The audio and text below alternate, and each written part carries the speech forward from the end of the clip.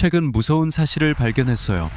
우리 주변의 우주 일부가 문자 그대로 언제든지 끝날 수 있다는 거죠. 바로 여기, 지금도요. 그리고 이 이야기가 끝나기도 전에 빛의 속도로 퍼지는 양자 죽음의 거품에 의해 인류 전체가 멸망할 수도 있습니다. 설명해 드릴게요. 정말 흥미로울 겁니다. 제가 잘 설명한다면 이 영상을 다 보고 나면 여러분의 뇌가 뒤집힐 것이고 주변의 물질을 의심스러운 눈으로 바라보게 될 겁니다. 우리는 우주의 시작이 있었고 모든 정황상 끝도 있을 것이라고 알고 있습니다. 우주가 어떻게 죽음을 맞이할지에 대한 질문은 오랫동안 풀리지 않는 미스터리로 남아 있었습니다. 하지만 최근 수십 년 동안 우리 망원경과 입자 가속기가 수집한 점점 더 정밀한 데이터 덕분에 우주의 장기적인 진화, 그리고 완전한 소멸에 이르기까지 가능한 세 가지 주요 시나리오를 구체적으로 알 수 있게 되었습니다. 이 세 가지 시나리오 중 모두가 서로 못지않게 무서운데 이전 영상에서 이미 자세히 다뤘던 시나리오 중에는 소름 끼치는 빅 프리즈가 있습니다. 현재 이것이 가장 유력한 시나리오로 간주됩니다. 그리고 이 시나리오에서는 우주가 침묵과 완전한 어둠, 그리고 추위 속에서 죽음을 맞이하게 되는데 이는 우주 공간의 지속적인 팽창 때문입니다. 이러한 팽창은 어마어마하게 긴 시간 동안 계속되며 그 과정에서 모든 별들이 꺼지고 물질이 증발하게 됩니다. 결국 우주는 열적 죽음 상태에 빠지게 됩니다. 두 번째 시나리오인 빅크런치에서는 우주가 너무 무거워서 아주 오랜 시간에 걸쳐 팽창 속도가 점점 느려지게 됩니다. 팽창을 멈추고 그 다음에는 공간의 팽창이 반대로 전환되어 결국 우주가 스스로 붕괴하게 됩니다. 우주의 모든 물질과 에너지가 결국 특이점 안에 짓눌려 버릴 때까지입니다. 무한한 밀도의 공간의 한 점, 그곳에서는 심지어 시간조차도 소멸됩니다. 좋은 소식은 오늘날에는 이런 열과 밀도의 종말 시나리오가 거의 일어나지 않을 것 같다는 점입니다. 왜냐하면 중력의 힘이 우주의 팽창 속도를 전혀 따라잡지 못하는 것처럼 보이기 때문입니다. 마지막 세 번째 시나리오, 빅 립에서는 우주가 말 그대로 찢어져 죽음을 맞이합니다. 결국 우주가 파괴되기 때문입니다. 우주의 기하급수적인 팽창으로 인해 엄청난 시간에 걸쳐 이 팽창이 자연의 모든 다른 힘들의 범위를 뛰어넘게 됩니다. 그 결과 현실의 모든 구성 요소를 산산조각 내고 해체하는 가차없고 엄청나게 폭력적인 과정이 일어나며 결국에는 시공간의 구조 자체까지도 찢어버리게 됩니다. 꽤나 무섭게도 우주가 찢어져서 죽는 이 시나리오는 오늘날에도 여전히 가능성 있는 시나리오로 남아 있습니다. 이 세 가지 우주의 종말 시나리오는 각각의 역사에서 다르지만 모두 나름대로 무서운 점이 있습니다. 하지만 이들에는 공통점이 하나 있는데 바로 모두 느리고 점진적으로 일어난다는 것입니다. 우리는 그것들이 다른 것을 볼 수 있습니다. 그리고 가장 중요한 것은 이 현상들은 곧바로 시작되지 않고 적어도 수백억 년, 많게는 수천억 년은 지나야 일어난다는 점입니다. 그리고 빅프리즈는 시간의 깊은 곳에서 우리와 너무 멀리 떨어져 있어서 결국에는 영원이라는 개념 자체를 건드릴 정도입니다. 다시 말해, 이 시나리오들 각각은 너무나도 먼 미래에 있기 때문에 걱정할 필요가 없다는 위안을 줍니다. 여러분은 우주가 사라지기 전에 이 영상을 충분히 끝까지 볼 시간이 있습니다. 하지만 최근에 실제로 네 번째 가능한 시나리오가 존재한다는 것이 밝혀졌습니다. 이 시나리오는 모든 시나리오 중 가장 불안감을 주는 시나리오입니다. 세상의 끝이 예고되지 않고 우리가 그것을 볼 수 없기 때문입니다. 그것은 아무런 예고 없이 발생하며 빛의 속도로 미끄러지듯 확장하는 소멸의 거품 형태로 나타나고 그 진행 과정에서 현실이 즉각적이고 조용하게 붕괴됩니다. 분위기가 참 묘하죠. 양자 죽음의 거품이 팽창하면서 우주가 죽는 시나리오의 깊이를 완전히 이해하려면 먼저 한 가지 분명한 사실을 상기하는 것부터 시작합시다. 우리는 잘 조율된 우주에서 살고 있습니다. 물리 법칙과 자연의 기본 상수들도 잘 맞춰진 듯 보입니다. 그리고 그 값들은 시간이 지나도 변하지 않습니다.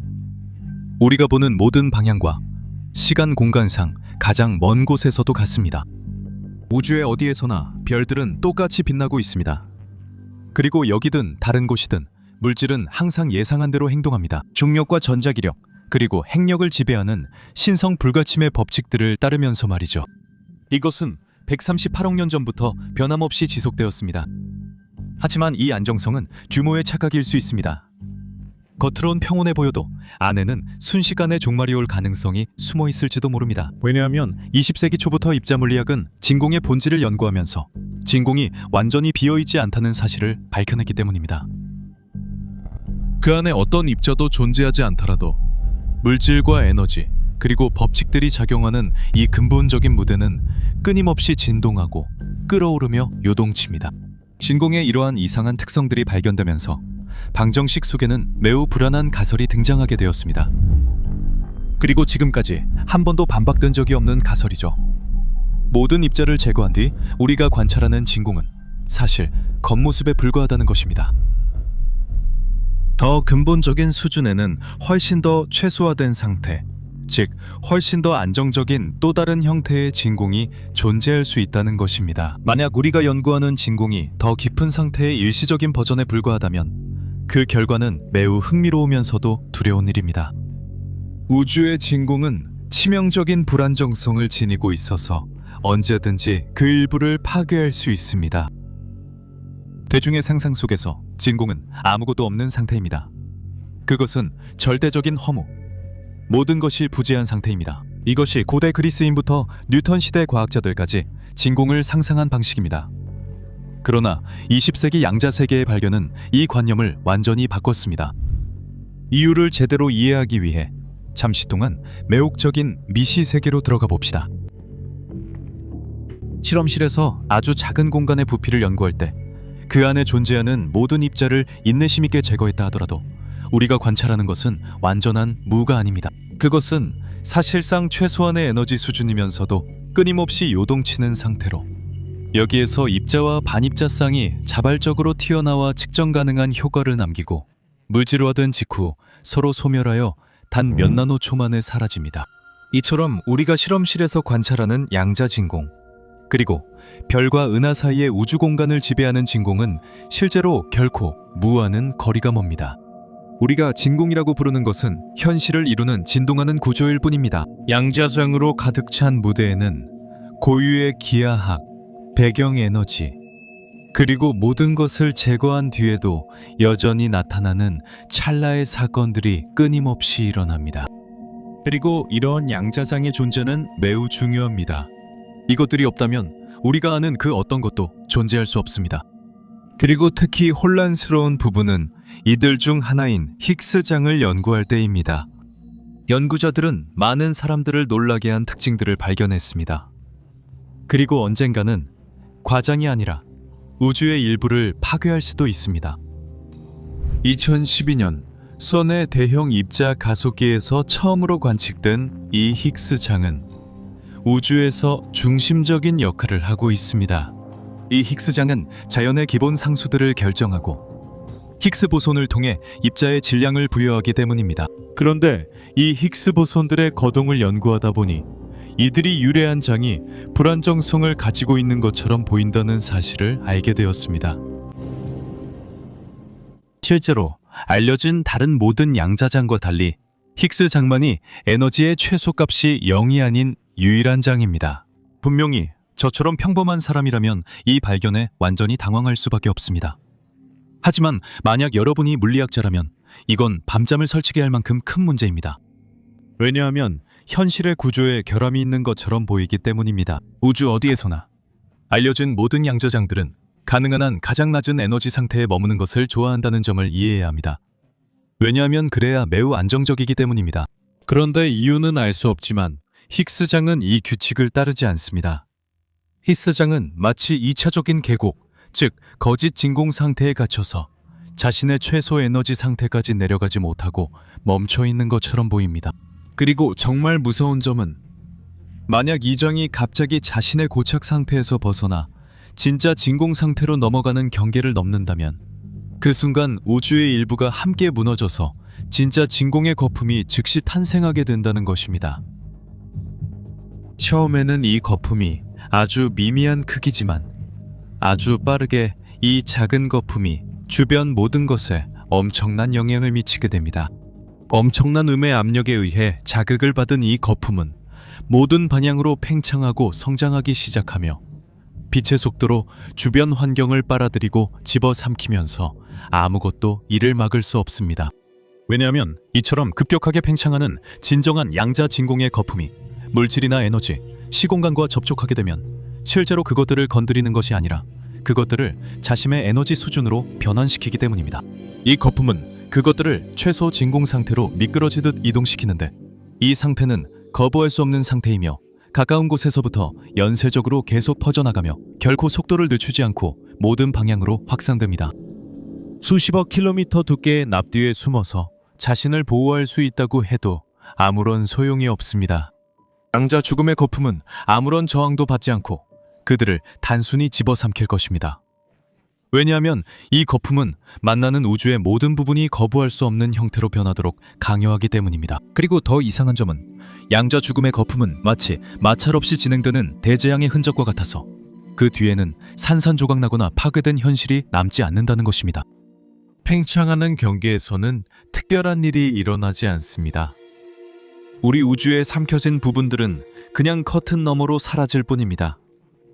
특수효과도, 내파도, 폭발도 없이 말이죠.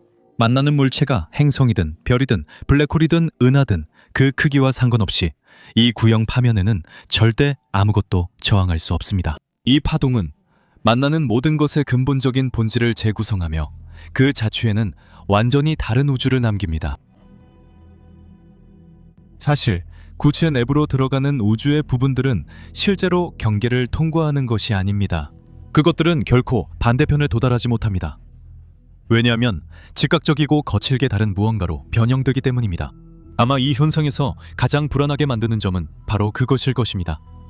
빛의 속도로 퍼지는 양자적 죽음의 구체는 우주를 가로지르지 않습니다. 그것은 자신의 현실을 무효화하고 재구성하며 지나가는 길에 존재하는 모든 규칙을 다른 것으로 대체하기 위해 완전히 다시 씁니다. 그리고 이 과정은 되돌릴 수 없기 때문에 더욱 두렵습니다. 돌아갈 수 있는 방법은 없습니다. 힉스장이 한번 최소 에너지 상태에 도달하면 이전 상태로 되돌릴 수 없기 때문입니다. 따라서 진정한 진공 거품의 형성은 일반적인 의미에서 파괴를 일으키지 않습니다. 이 구체들이 퍼져나가는 경계는 변환의 파동입니다. 이 파동들은 우주에서 마주치는 부분들을 파괴하지 않고 변형시킵니다. 거품 안에 들어가면 변환된 우주의 부분들은 계속 존재하지만 완전히 다른 형태로 존재하게 됩니다. 그리고 저처럼 여러분도 진정한 진공 거품의 내부가 어떻게 생겼는지 정말 궁금하실 거라고 생각합니다. 문제는 이론상으로 힉스장이 우물 바닥으로 떨어진 우주는 무한한 가능성을 품은 폐허가 펼쳐진다는 점입니다. 양자 참진공 거품과 접촉하면 빛의 속도값, 입자의 질량, 그리고 자연의 기본 힘의 범위 같은 것들이 모두 변화하게 됩니다. 그리고 어떤 변화가 일어났는지, 어떤 법칙의 틀이 무너졌는지에 따라 달라집니다. 구체 안에 위치한 대체 우주는 원자와 분자가 전혀 없는 불모지일 수도 있고, 빛이 관절염에 걸린 달팽이처럼 느리게 움직이는 곳일 수도 있으며, 혹은 전혀 다른 방식으로 풍요로운 우주일 수도 있습니다. 분명히 이 시나리오는 너무나도 미친 것처럼 보여서 마치 환덕제를 먹은 마술사 토끼의 모자에서 바로 나온 것처럼 느껴집니다. 하지만 거짓 진공 형성에 의한 붕괴는 순전히 이론적인 근거에 기반하고 있음에도 불구하고 지금까지 수행된 가장 정밀한 기초물리학 실험 결과들과 완벽하게 일치합니다. 일부 물리학자들은 양자 죽음의 거품이 이미 현재 우주의 어딘가에 존재하고 있을지도 모른다고 생각할 정도입니다. 하지만 우리는 그것들이 퍼져나가는 것을 보거나 감지하는 것은 불가능합니다. 왜냐하면 현실을 다시 쓰고 뒤에 다른 우주를 남기는 그들의 변환 전선은 아무 흔적도 남기지 않고 충격파도, 폭발도, 섬광도 없이 이동하기 때문입니다. 이 거품들은 빛의 속도, 즉 우리 우주의 자연 법칙이 허용하는 최대 속도로 퍼져나가기 때문입니다. 여러분이 그들의 존재를 감지할 수 있는 가장 작은 반서조차도 거품 자체와 동시에 도착합니다. 따라서 만약 양자 죽음의 거품이 저기 우리로부터 250만 광년 떨어진 거대한 안드로메다 은하의 중심에서 즉시 생성된다면 그 거품이 퍼져나가는 동안 우리는 결코 그 자취에서 심우주가 변하는 모습을 볼 수 없습니다.